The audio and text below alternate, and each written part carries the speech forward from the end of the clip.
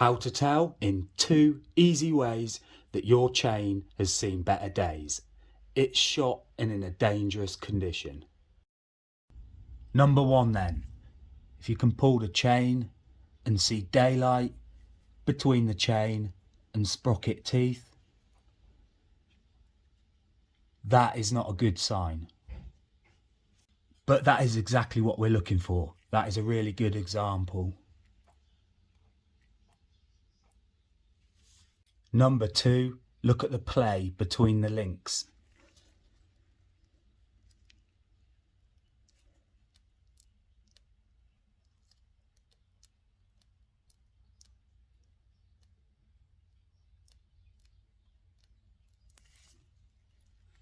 That also is a bad sign. Again, it's exactly what you'd expect from a worn chain. Here's a good example.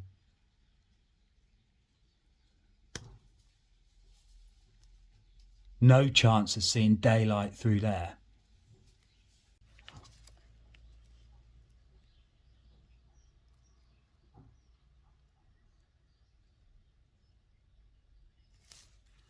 Absolutely no play between the links there.